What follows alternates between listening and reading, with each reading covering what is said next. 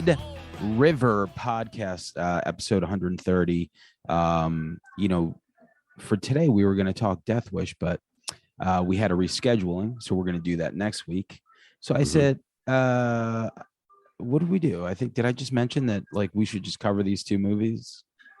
We went back and forth with a couple of things, and then we figured like there was enough for these two movies as they make for a nice quality double feature. Well, quality is a bad word there. A nice double feature of similar styles in a way, but yeah, I think so. Like Shudder's been really kind of putting out on some gems. I think a lot of movies that were not available to stream on YouTube or like places like Vinegar Syndrome or like spots like that just like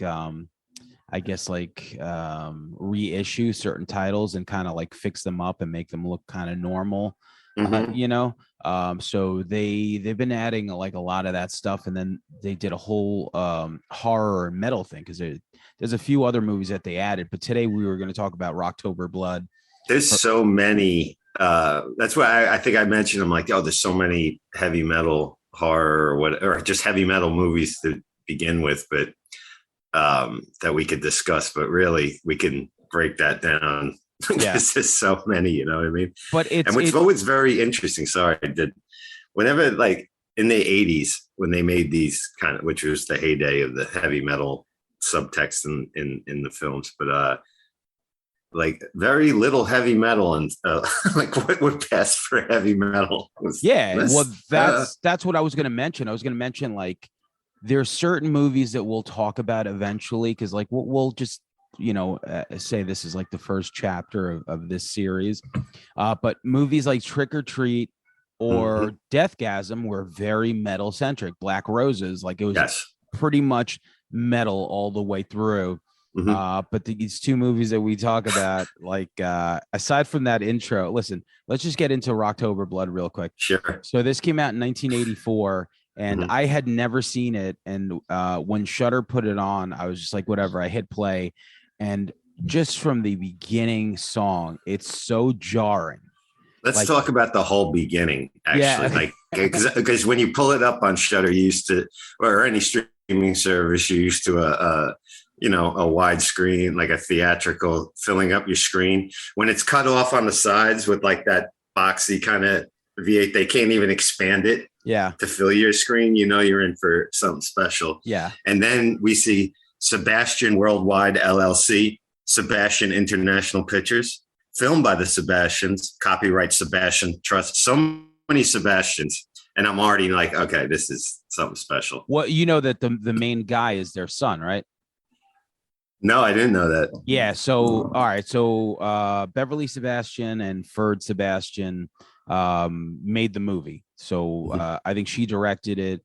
So I looked up kind of like what their deal was, and she did a lot of like exploitation films. Gator Bait being one of those that I think when we went to go see Joe Bob at the Cinema Art Center, when he did the Rednecks that Saved Cinema, I think Gator Bait was one of the movies that he covered. So they have a son. I think he's listed here as Trey Loren. And I'm thinking like, I'm like, it just had like a porn name or something. Yeah. But it's Tracy Sebastian is like his real name and shit. So like he's Billy. He's like the main character of this movie. But like, listen, I thought they just created the song for the movie. It turns out it's from a real band, the band Sorcery. Did you know that? No. Not at all. But okay. That sounds like there's probably a lot of sorcery bands in the 80s. So I'm telling you, as soon as you start watching this movie, that song, it just like, I'm like, is this purposely just unlistenable? The screaming is insane. At the end of the song, it's insane. It's pretty much insane. I will tell you this now, after watching it a few times, just because I needed to really soak it in. Like the first song doesn't bother me. It's called goddamn, I don't even remember. I don't remember the name of the It's first something song. about when you least expect it, I will Oh no, attack. I'm back. I'm back. Yeah, yeah, yeah. And like once I like latched onto the chorus, I was like grooving with it. I was like, you know what? In '84, I'm like, maybe this was kind of like popping, you know? Like if Anvil was getting over, maybe this is not far behind. I still question, regardless of that documentary, whether Anvil really got over. Like they got Slash and all these people talking about Anvil and how I'm like, I remember Anvil being whack the Yeah. second I heard it, and I didn't have a trained ear for the stuff Oh at that yeah. point. But And I was like, the beauty of them is that they don't like to this day, if you have that guy Lips on a podcast, like he's, you know, the greatest thing since, you know, Canadian sliced bread. I love that they're out there doing it. I just Yeah. don't want to listen to it Yeah, ever. yeah, for sure. Like I'm thinking, like, you know what? Like, good for you guys having 100 albums since 1981. Uh, but yeah, so like the beginning of this movie was pretty promising. That's what kept me in. So when I hit play, um, I was just like, okay, like it's kind of absurd, but there's something about like that King Diamond style vocal to like set off like it's very like adjacent to like horror because it's so like jarring that you're just like, Yeah. what's this guy screaming? And it's definitely filmed on video, I'm pretty sure, because it's just like like the lighting in it is just like absolutely dreadful. I got to tell you too, no matter what the song is, when people like hold on to, when they're singing in the studio and they put their hands on their earphones for the entire song. Yeah, yeah. What is that? You do that when you record? No, New but single's great, by the way. If anyone's listening, check it out. oh, cool. Thank Yeah. you. You know, I will say this, 1984 was the year that we did get We Are the World. So maybe they were watching, because I feel like everyone in that video did one of these things with the Like, what is that? But the kills in the very beginning are pretty good because they're just so like ridiculous, like the engineer getting his like throat slash and then like smashing his face into the pinball, his assistant like being like when she gets like pushed into like this like coat like holder jacket thing, like it was almost like just like cutting through butter. I'm like, wow, that didn't really take much force, did it? No, a little more money in the gore would have went a little bit further if they. Well, I feel like the beginning of this movie and the ending of this movie are very metal centric. Everything in them, it's like two different movies basically.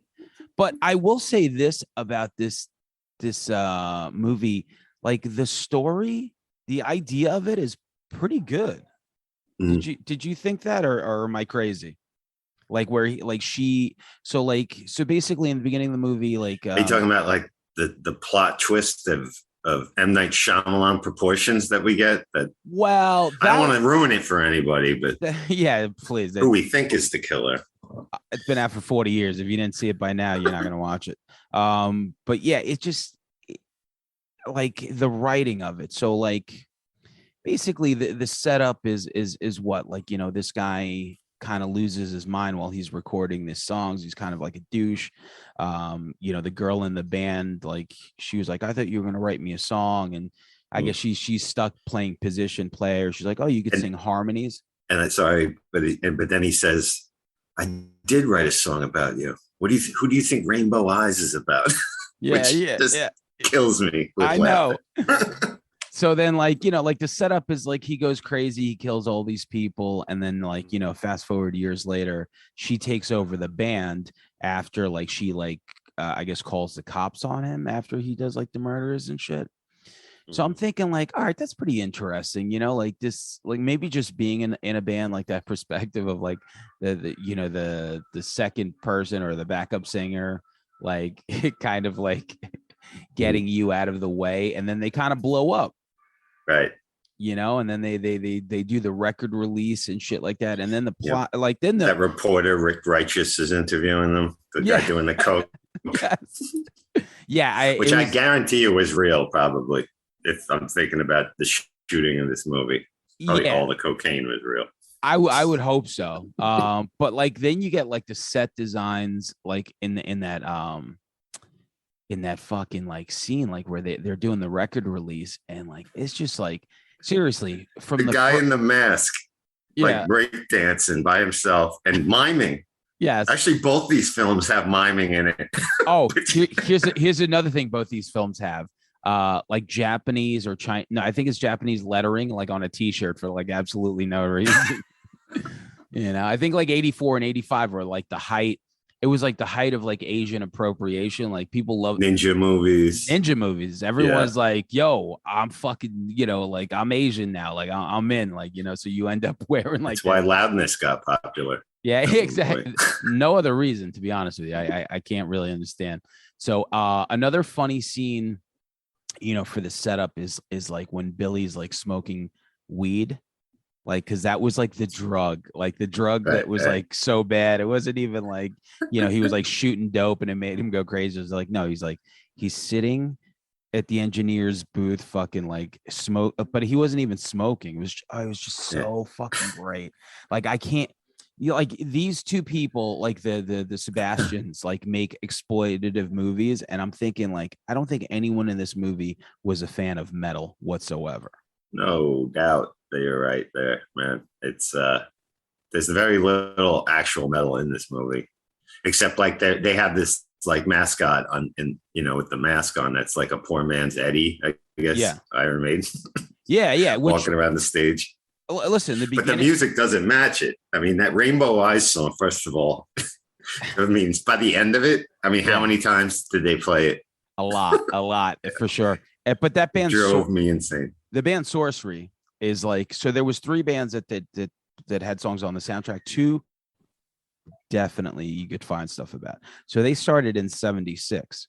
Mm-hmm. Your microphone has changed to USB. Can you hear me? You dropped for a second, then you're good now. Oh, maybe because I was fucking with this thing.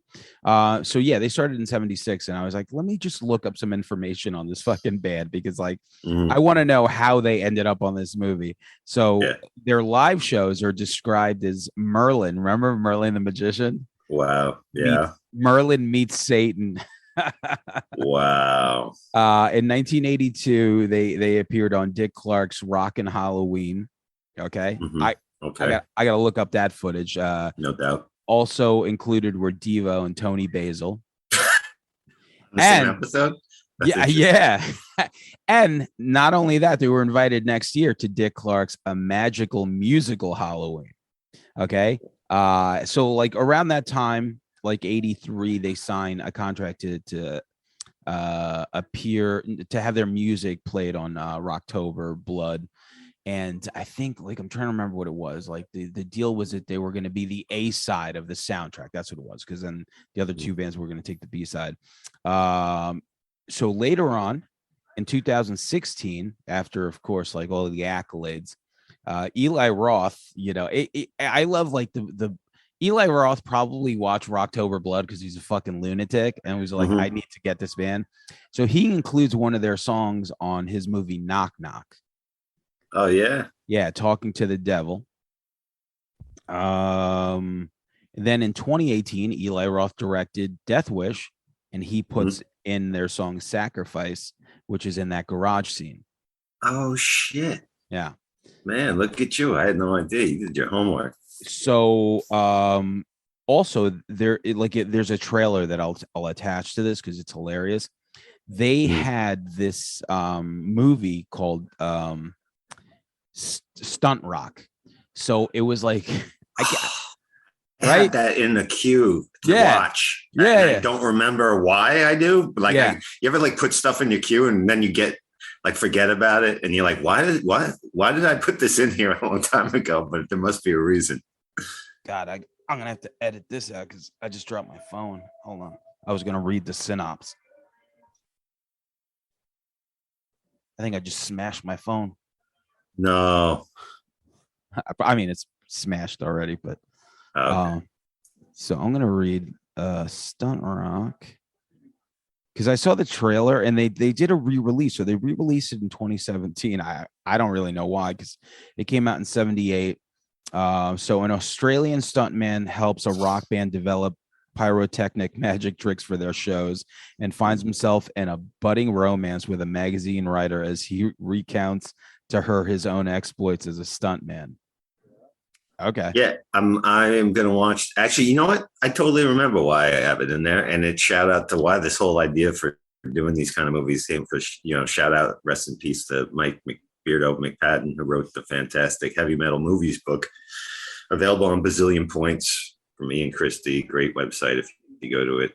Great books, but I think I wrote down like almost like several movies out of that I hadn't seen that had some kind of tie-in with something, and that's probably why I knew of it, but I haven't watched it yet.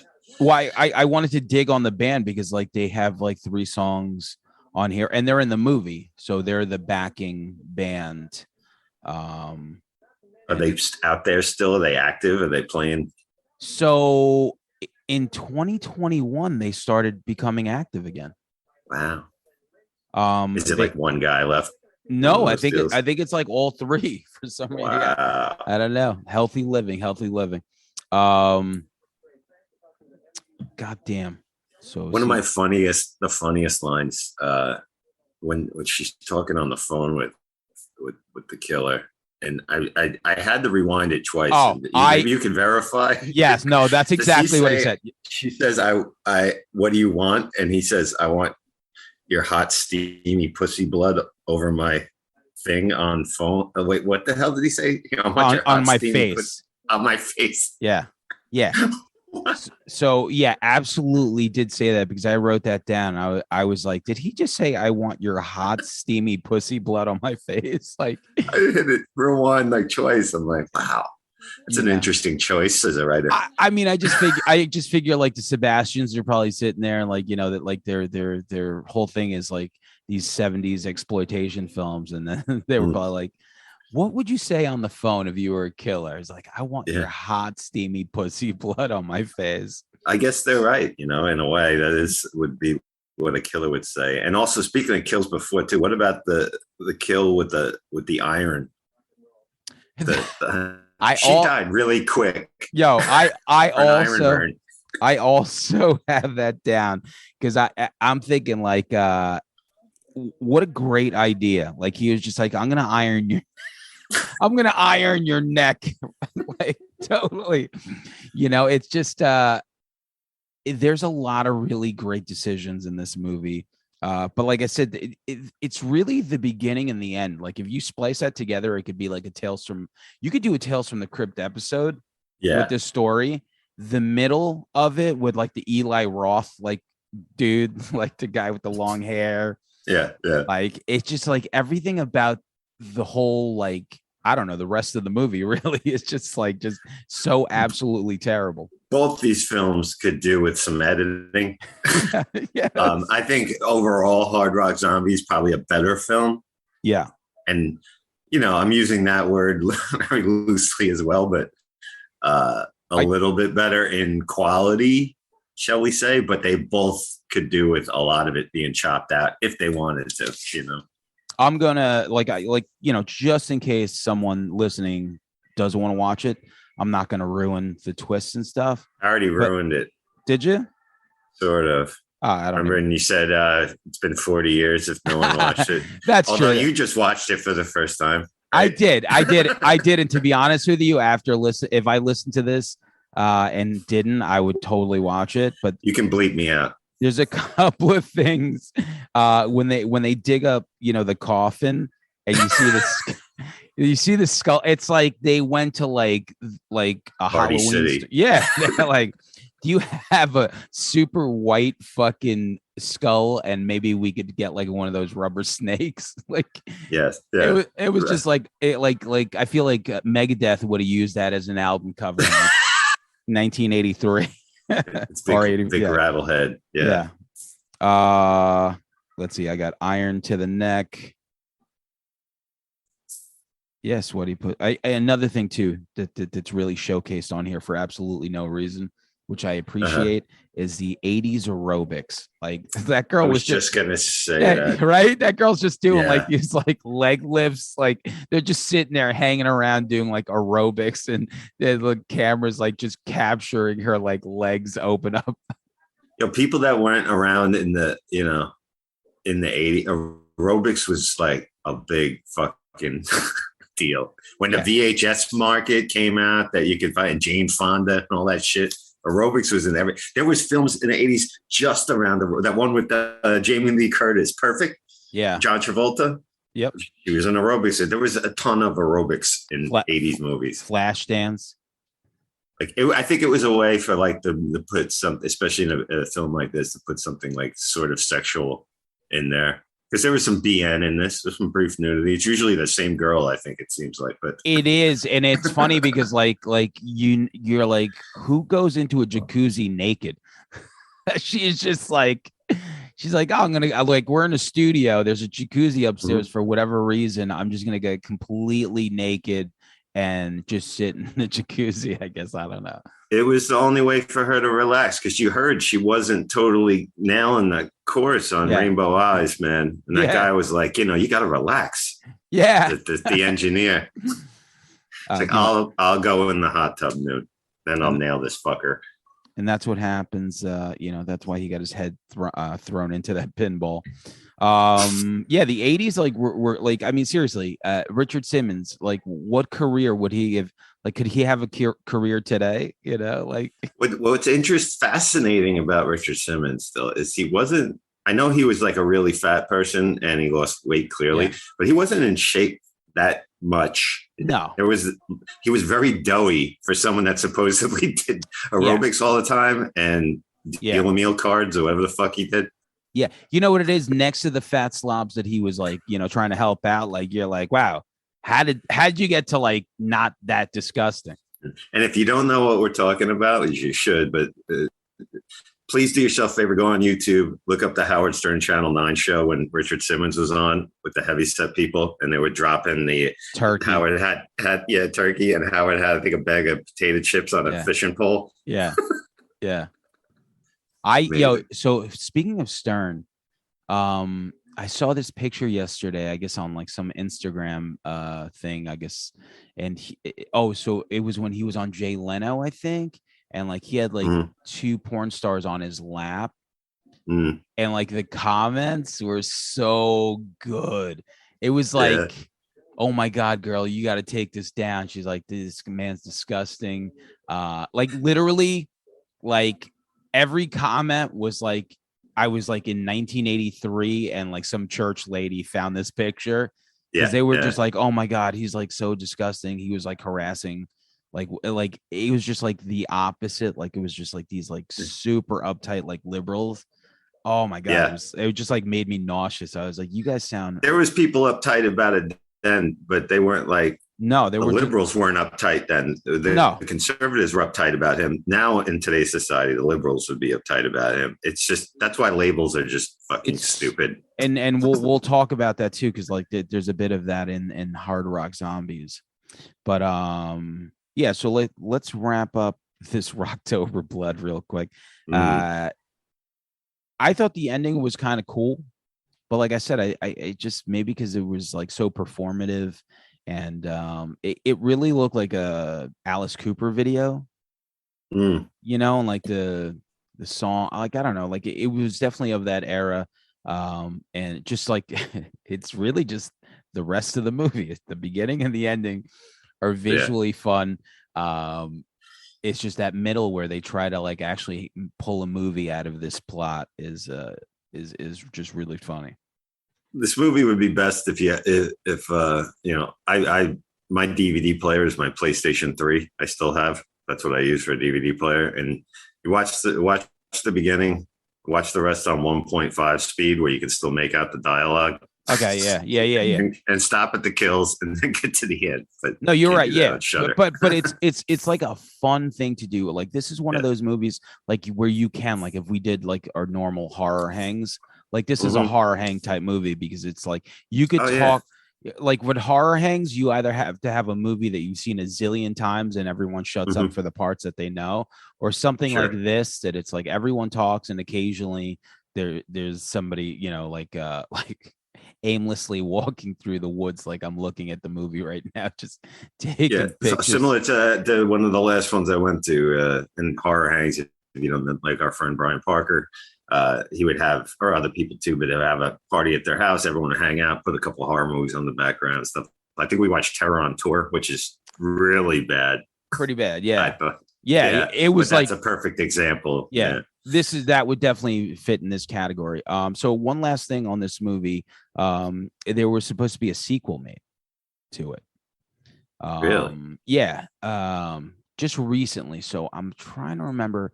Recently? Yeah, maybe as early as like, let's see, 2018. The Sebastian's involved? Yeah. So what they were doing was they were re-releasing. There was this big controversy because it was like kind of like a bogus thing. So they did like an Indiegogo, and they said that they put the movie on DVD and Blu-ray, and all the sales from that were going to go to fund the sequel. But it turns out that they just basically dubbed that no one bought it. No, they dubbed like a VHS tape or something, and like the quality was terrible. And then later on they found out that they gave all the proceeds to a dog shelter, and everyone was like, wait, what?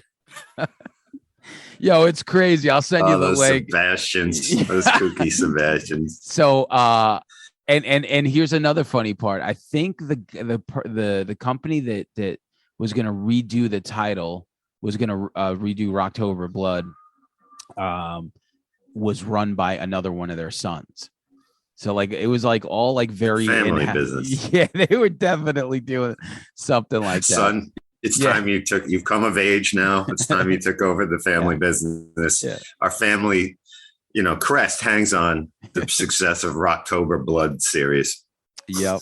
Yeah, Rocktober Blood too, man. Almost happened. But overall, listen, at the end of the day, if you want something absolutely ridiculous to watch, it really hits the spot. It's like it's like The Room, but I think it's better than The Room, because The Room is very. And you have to appreciate the movies, bad movies that are good. You have that from that era, and if you do and you haven't seen this, you'll like it. If that doesn't interest you, probably not going to enjoy this too much. Yeah, probably not going to. And you know what? And if you do drugs, I would definitely recommend doing drugs before watching this movie. I did it sober, so I think both of these films. Yeah, for sure. So so the second movie we're going to talk about, which once again would make a great double feature with this, is a movie I've never seen as well, and thanks to Shudder. Really? I've never seen Hard Rock Zombie. Bro, I've never championed this movie. I am so about this movie. This movie really is a canon film. I had no idea that it was a canon film, but when you watch it, you're like, yeah. This movie is like a cross between like Ninja 3: The Domination and Life Force, because like you're watching this and you're like, how many subplots and random shit? How much random shit could you throw in a movie? So it's almost like to equate to something new. Like, how like American Horror Story was, like the first couple of seasons, I stopped watching it at a certain point, but like especially the second one, the Insane Asylum, where they're like, how many different things can we throw at the wall with a great production budget? Now, mind you, This is a film with no production budget, and they throw, there's everything in this movie. Zombies, obviously, we got your metal and kills, and you got incest. You have some necrophilia references. You have, what am I leaving out? Hitler? The biggest one, Hitler, midgets. Yeah. I don't even know. I'm sure I'm leaving out maybe 8, 9 things. So I got to say this, like, the pitches, like, seriously, when you think of like 85, when you think of like the good movies, that was probably like one of the greatest years for movies. Like it had like Goonies, Commando, like just anything that you really wanted to watch. And then Canon was just putting out like amazing shit on a different level, and this is one of those things that fell through the cracks, but it's it's perfect. I think also Life Force might have been 85. I think you're right. Yep. Yeah, I like believe so. watch a movie like Life Force, which is canon as well, and you're just like, yo, what is like this movie is fucking crazy. And it's in a nutshell, to like the bit for anybody listening that hasn't seen it. Basically, we have a band, that's on the verge of being humongous, of course, and they are traveling, doing a tour, and they end up going to some little hick town, which ironically they're a showcase for this big producer that's going to come see them. And this is in this, like, not in Los Angeles or anything like that. It's in this bizarre little town is the only place they can get this showcase. And they enter the town and the rest happens, but which we'll get into. Yeah. So the director, I looked him up. Do you know anything about him? I got some shit on him. I saw he did another movie. I feel like I saw at one point American Drive-In. Yeah, maybe on Tubi or some shit. But go ahead, you probably have more info. Yeah, they made these two movies at the same time. But he was like the first, like, considered one of the first, like, Bollywood to Hollywood crossovers. So he definitely, that explains the dancing. Yeah, and he later on in a 2010 interview, it's funny because he was always getting panned, basically. Like, so he didn't really have any success. He would come over. I think he started writing like screenplays for TVs at a certain time. And I guess later on in life, he thought very highly of himself after all these wash-ups, and he referred to himself as the M. Night of his time, for sure. Which makes total sense. I love because of their ethnic background, or there's another reason. I mean, the only thing I can think of is definitely their ethnic background. But so he co-wrote this movie with David Ball, who also co-wrote American Diner. American Diner, is that what it is? Driving. Yeah. So, okay, yeah, because I think his influence for American Diner was Spielberg's American Graffiti.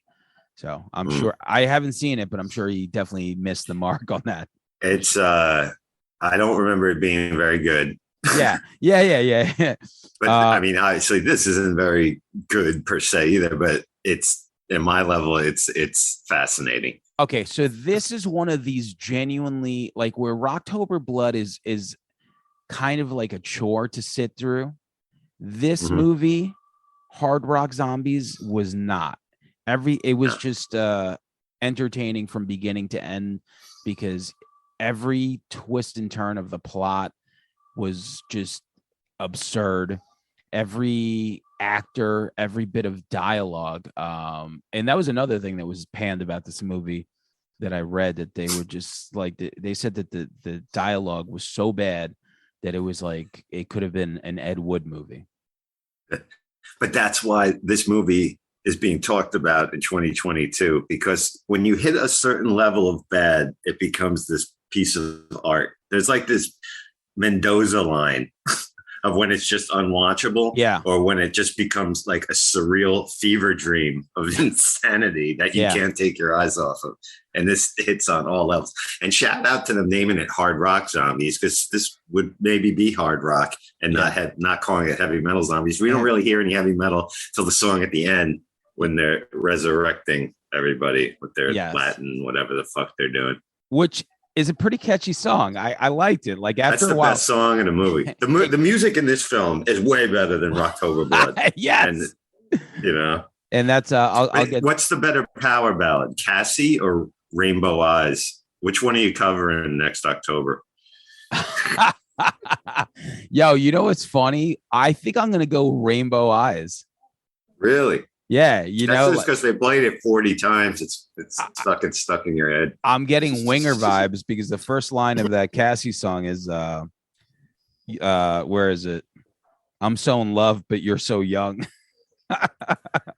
Well, there's even one scene too, to piggyback on that. When, first of all, I love that they have a band of this stature as a manager. I always love that. Like, they need one. You know what I mean? Who's working the mixing board like a fucking pro piano player. He's like fucking all over it. But he's got to get this photo shoot in, because they got to get big when they're all in their underwear, sitting in tighty whities and their Speedos in the back room. And they're like, what do you want us to do? And he's like, sign those underage tits, man. Yeah. For sure. Yeah. I mean, listen, there's a lot of good stuff. But to me, so, once it hits Shudder, I'm like, let me give it a shot. And I usually put it on at night because like my girlfriend would rather kill herself than watch something like that. It's only to be viewed like that, though. I don't think you watch this movie at 2 PM. No, like it's a Friday, Saturday night, like a USA Up All Night vibe. Yeah, you know. What I mean? Once again, if you're into watching it with a group of people, it's great. And if you're into being absolutely intoxicated out of your mind, I think this is a really good one because I'm like, okay, this is going to be terrible. And then like once the Canon logo popped on, I was like, how did I miss this as a Canon film? Yeah. But then the first like 5 minutes, I was like, oh, this is. Like it called me because it was so absurd. The music was just, it sounded like Muzak for sure. Like, I'm like, this sounds like something that, you get in like a preset on a Korg. And when they're playing too, we see them playing. I'm always obsessed, especially at TBS, when they have a band and the actors all can't just remotely mimic that they're actually playing. Like I watch where their fret hands are. Yep. Or whatever. But the drummer put in no effort at all. Like at one point, he's standing up the whole time. He's like Gene Hooglin sitting high on the kit. He's just hitting a hi-hat with one hand, not even using his left. It's like, dude, you didn't even try. Well, listen, I back then in 80, 85, he was probably watching old Metallica clips where Lars Ulrich would just stand up and point. So that's probably what he had. Amazing head of hair, though. They nice hair. Definitely did. But like you watch this, like it's one of those things that you hit play on. And I guess when I looked up, I was like, I'm like, what is going on? Like, it's always good when you're like, what just happened? Because there's a girl swimming and she kills 2 guys and some guy's taking. She drowns that dude and he's just bleeding. Like he's bleeding. Blood's coming up out of the water. She drowned him, right? Yeah. Yeah. Why was he bleeding so much? I don't know, man. But it made sense. And hacks off the hand with the Beatles reference. The I want to hold your hand. She's singing. Very clever. Also, like I'm looking and I'm like, some guy's taking photos of this, and then it's Tattoo and the Toxic Avenger, and I'm just like looking. I was just like, what? Like at that point, I'm like, I'm in because I'm like, I don't know what's going on. And you, like you said, they hack off. You see the prosthetic. So we're big practical fans. So it's like, oh, wow, there's a hand that just got chopped off. And then it goes to the band. So this is the other selling point. It's so fucking absurd. This guy's mustache and hair is like, I mean, I don't know. It's some hairdos are inexcusable, even regardless of decade. It's like it was like 84 or 85. It's like, yeah, but still, come on. Like, that's outrageous. Like, you can't do that. There's a lot wrong with his whole appearance. And the song, like, I'm listening to the song and the singer Shake It Out. And I was like, you know what? I'm like, I guarantee you this is Sammy Hagar because it sounded like Sammy Hagar, but it wasn't. It's like I wrote down Paul Sabu.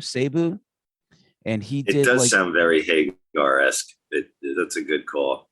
Yeah, so he did like all the music, and listen, automatically the song sounded like it was like it could have been used in like One Crazy Summer. Like it had like a vibe to it. It didn't really feel like an ominous like horror movie thing. It's like a pop rock song. Yeah, of the time. Yeah. I thought it was pretty good. So I'm like, okay, this is great. And then they start doing this like. The movie kind of like evolves into like Beatles-esque, like monkeys, like the editing. First of all, the editing is like one of the worst things on the planet. It's really bad. It's really bad. The editing is like really bad. Like the end of the movie. I'm jumping ahead and we'll get to that stuff, but the end is a tour de force of bizarre editing. Yeah. But like we'll get to that later. Yeah, like the editing is just really bad, but I really do, I would be, an idiot if I didn't bring up the jail scene. Because that's what really put the movie over to me was like once they stopped talking, once they stopped doing like the, the horror and the music, and then they did the acting. Like the jail scene, like when they get first of all, I'm like, why they get thrown in this jail that looks like a bedroom?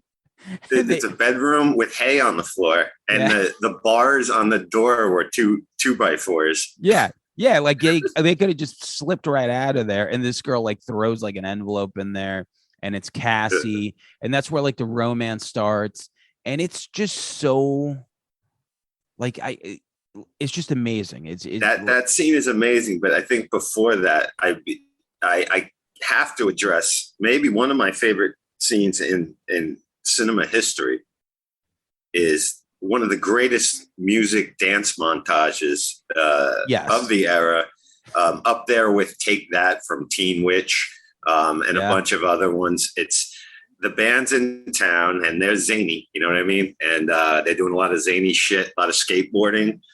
Miming, like I mentioned before, miming comes in there. They're juggling beer cans and they keep cutting to like this group of laughing, slack-jawed yokels standing around that are bizarrely laughing at all these guys doing these kooky things. Cutting to the same three angry white dudes over and over again. Over and over. They're dancing down that bridge. He's doing like that Russian dance where he's kicking his feet out. So it's fucking insane. Yo, it's like insane. So the features on the DVD, right, or whatever the Blu-ray, what I read, like, you know, because I think Vinegar Syndrome put this out, and another movie that Shudder added, which we could talk about later on, which is Slaughterhouse Rock. So the Blu-ray for Hard Rock Zombies, I think it's a Blu-ray, contains a making of. It's called Never Say Die. Maybe it's Never Say Die or something, but they really talk about just like the making of the movie. And like, to me, I'm thinking like, I want to see that.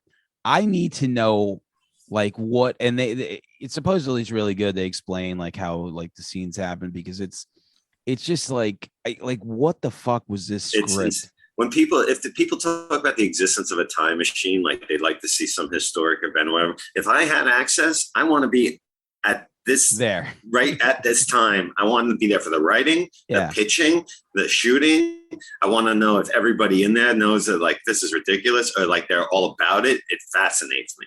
Yeah, because Krishna probably went into this meeting when Menachem and Yoris, you know, like the Canon guys, and he's like, yeah, I have this movie, and it's gonna be about a band, and you know, and they go into town, and the town doesn't want them to play rock and roll, and you know, Menachem's like, nah, terrible idea. What else do you have? And he's like, all right, well, maybe we could maybe like put Hitler in it. Maybe we could put like Nazis and Hitler in it. He's like, okay. What I was like, what's the name of it? What's the poster look like? Yeah, totally. And he's like, well, maybe we could like, you know, have this like town that's angry and they don't want rock music. Okay. Then maybe we could do like zombies. Like zombies is pretty good too. Can we do zombies? Oh yeah, we could throw zombies in there. Definitely. I feel like it was sold at that point, and then probably while shooting it, they probably called with notes like, let's have the 95 when Hitler appears, the 95-year-old Hitler, we're told, and fucking his wife Ava and his midget grandkids. Yes. One deformed and one who is probably the most successful actor in the film. The other fella. They want to watch the grandparents fuck, which they allow them to. That's one of the most interesting. You know, let's introduce Hitler this way. That is definitely one of the most fucking interesting scenes. You know, like as you unfold this movie, everything just takes the most bizarre turn, because like at first you're thinking like, okay, so it's like this evil town, and they, you know, like the cop was going to be like the dick or something. But then it just keeps going. It's like, oh no, these aren't really even the villains. They just don't want rock music played here for whatever reason, you know. And like then you go and it's like, oh, I guess it's like. Well, they said in the town hall meeting it makes kids jerk off, which he's like, does a little dance about jerking off, talking about how he remembers it. Oh, and I'd be remiss if I didn't shout out that Hitler's wife Ava is also a werewolf. Yes. Yeah. Who stabs people. Yeah. So and they also have a bald-headed other member of the family that looks like a neo-Nazi instantly. I forgot that. And yeah, he's like probably Telly Savalas's stunt double at that time for and sure. one hot chick. Like if they remade this is a Sherry Moon zombie role. Would be the one normal daughter. Normal looking that seduces the people to come back to the house. Very funny that you mentioned that. I'm going to go back to this note that I have here, but I mentioned that where I said the editing during the band killings, like when they kill the band, is so terrible that it's like Sherry Moon walking around with a white horse. Because that's what it is. She was like dancing for no reason. She was just like, right? Like the editing just kept to her. Like I don't know. Was that her though, or somebody else? Because I think it's her. Because she was. Okay, she's also dancing. Yes. Oh, that's right. Yeah, yes. Yeah. And at the end, she's also dancing. Yeah. With that girl, with the head. That was bizarre. Another really interesting part was when Jesse's playing bass in his room and he keeps trying to kill a tarantula. Yeah. Just like, I don't know. It wasn't even really a good bass line. No. And there was just this tarantula and he killed it like 18 and he instantly times. Kind of puts it together. Like, wait, is this song bringing it back to life? Like, yeah. Man, there's a bunch of other cool shit here. The German weed whacker massacre was pretty interesting too. So once they start, I didn't even realize so I'm like maybe like 30-40 minutes into this movie, I'm like, why is it called Hard Rock Zombies? I don't really see zombies, and then I realized that it's the band that comes back. Sure. So the band was very shallowly buried too. Yeah.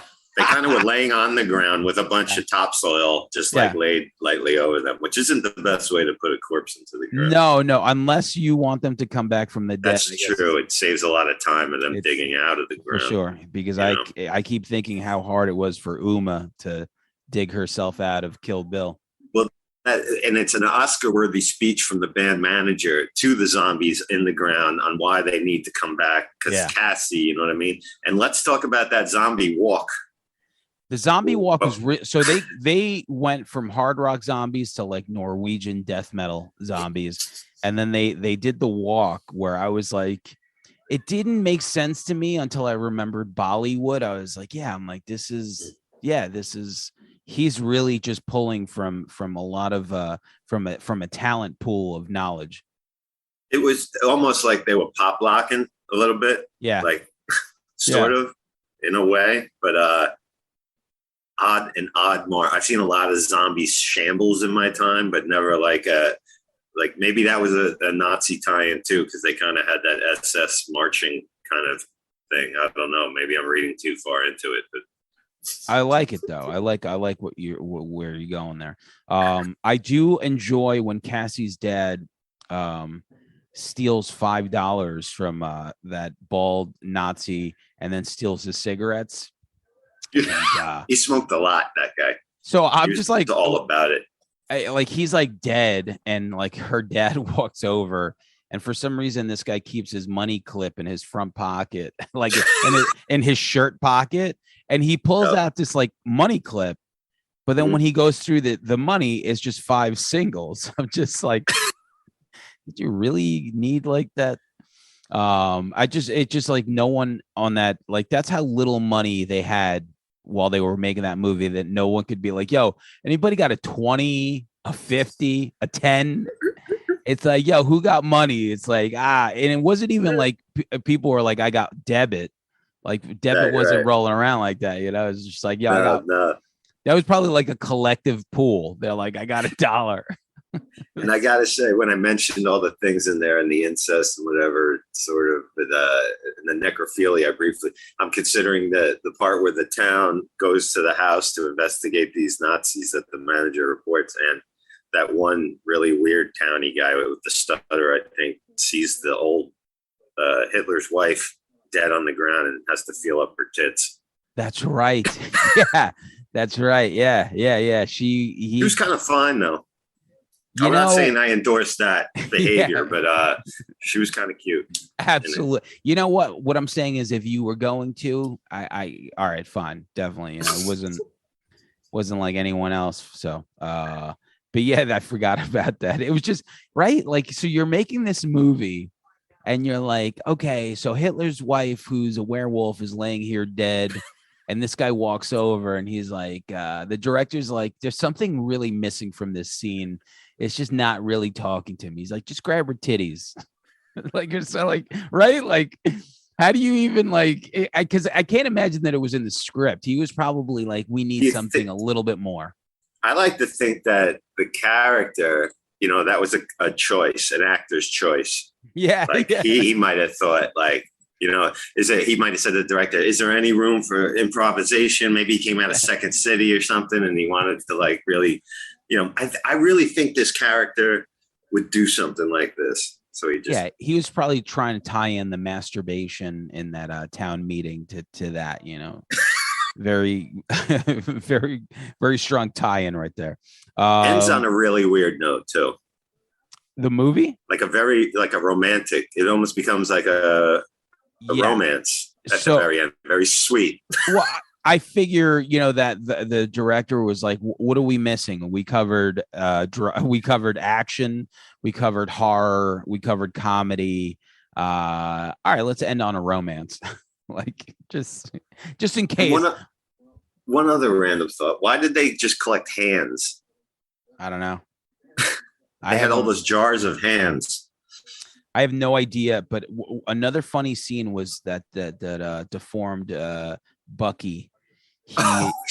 So I guess instead of so like these are like two little like midgets that were kind of like deformed, like that, like one of them was really trying to eat people, and I guess he did succeed. He ripped some guy's head off somehow. And I question how he did that, considering once you see him in the scene, he could barely walk. But okay, I'll let that one go. So the other one, who's deformed, decides that he's just gonna do the noble thing and not kill anyone. He'll just eat himself, which I thought was pretty funny. He's like eating, he puts mustard on his finger, and they went to that a lot. Yeah, that scene went on a long time. Yeah, like cut in with other stuff, obviously with other stuff. Edited. Yeah. Oh yeah, for sure, because they went from that scene, like the editing went from like it was like that to like just a random like mom and daughter looking through their groceries and like a head, like it's just like it.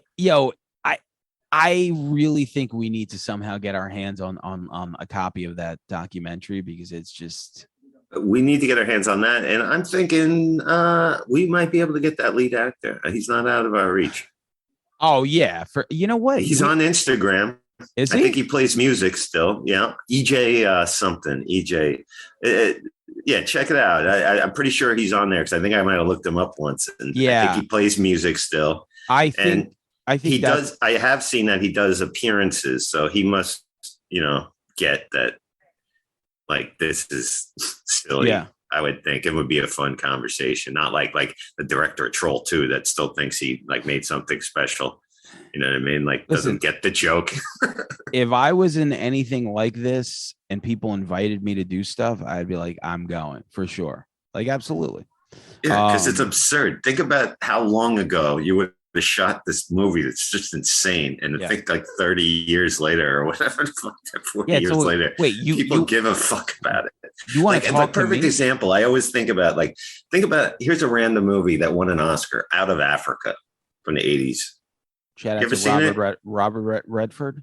Yeah, do you ever see that? No. Anybody ever talk about that movie? It won an Oscar. But here we are talking about these two fucking movies. So really, what is good? What stands the test of time? I tell people that all the time whenever someone brings up The Witch or something. And I'm like, and you know what you just did? We brought it back full circle, because Out of Africa, 1985.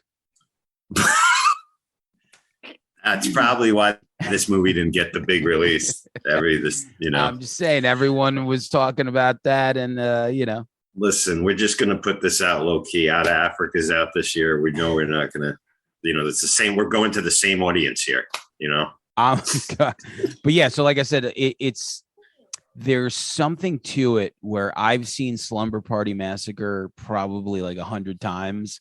and maybe like, I don't know, fucking Goodwill Hunting twice. You know what I mean? Like, I get it.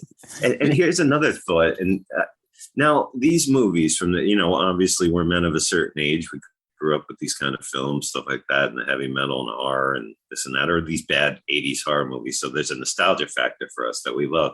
But I feel like there's a certain point in time in the 90s, maybe by the mid 90s, when these low budget, not quite, maybe, or maybe a little bit later, they became not fun to watch. They were just bad, or the joke, it would just, they don't have that certain charm to them that these bad movies do.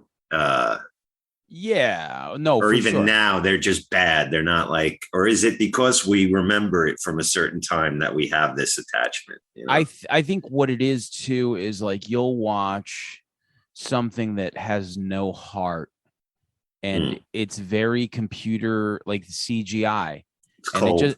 it's very cold. Like you see it and you're like, okay, like you have no budget, but you have CGI, and this movie looks like I'm watching a video game.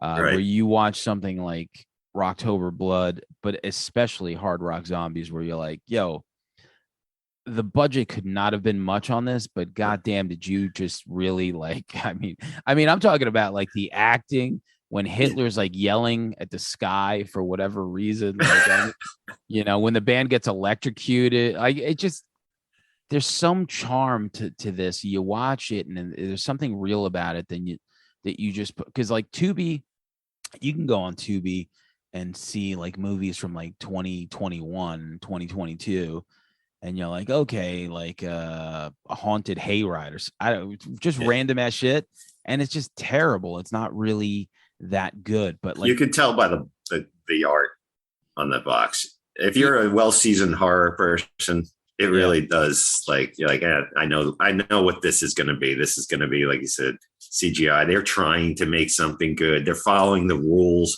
Whereas there was like a guerrilla kind of style to like the 80s or 70s where, it was just fucking whatever.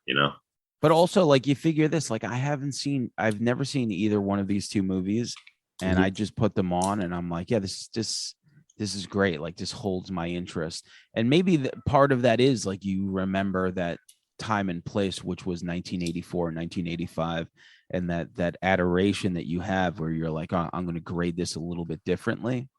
But yeah, there's something like, if your girl, you played these movies for your girl, what would happen? It just not. There's no. Both of them? Oh yeah. Like if anything, like Rocktober Blood for sure, but I don't think. Yeah, I just definitely not.